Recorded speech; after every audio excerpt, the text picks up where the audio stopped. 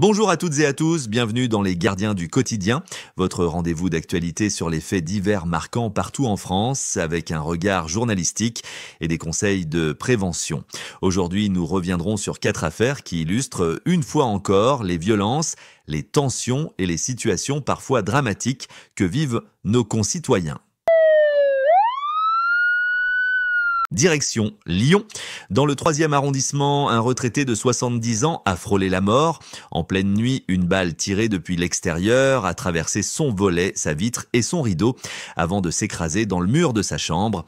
Heureusement, l'homme dormait de l'autre côté du lit et n'a pas été blessé. Mais l'affaire reste mystérieuse, tir accidentel, acte volontaire. Le syndicat de police Alliance rappelle que ce type d'événement illustre la montée de l'insécurité et le manque de moyens sur le terrain. Une balle perdue à Lyon et à Vannes, c'est une toute autre scène, cette fois dans un commissariat. Scène incroyable à Vannes, un Afghan de 33 ans, déjà connu de la justice, placé en garde à vue pour agression sexuelle, a décidé de se déshabiller entièrement devant 3 policières. Son but, selon ses propres mots, pousser les autorités à le renvoyer en Afghanistan auprès de sa femme et de ses 5 enfants. Le tribunal n'a pas retenu ses justifications. L'homme a été condamné à 6 mois de prison ferme et devra indemniser les policières. Après Vannes et cette provocation hallucinante, direction le Val-de-Marne, où un drame a coûté la vie à un quadragénaire. Rue Janzay, dans la nuit de dimanche à lundi, un homme d'une quarantaine d'années a été agressé en pleine rue. Selon un témoin, 2 individus l'ont frappé de dizaines de coups de couteau avant de tenter de déplacer son corps.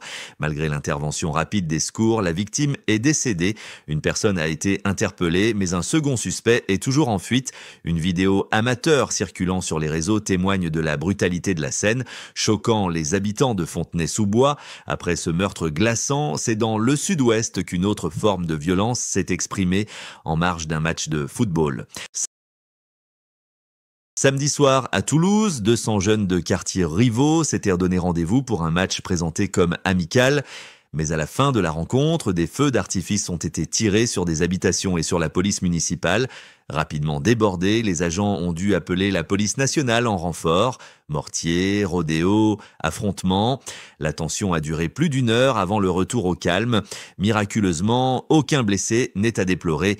Les syndicats de police, une fois encore, dénoncent l'escalade de ces violences et réclament des mesures fortes. Qu'il s'agisse d'une balle perdue, d'un acte de provocation au commissariat, d'un meurtre en pleine rue ou de violences urbaines, ces affaires traduisent une réalité. L'insécurité et les violences frappent partout, parfois au cœur de notre quotidien. Restez vigilants, protégez-vous et surtout, informez-vous.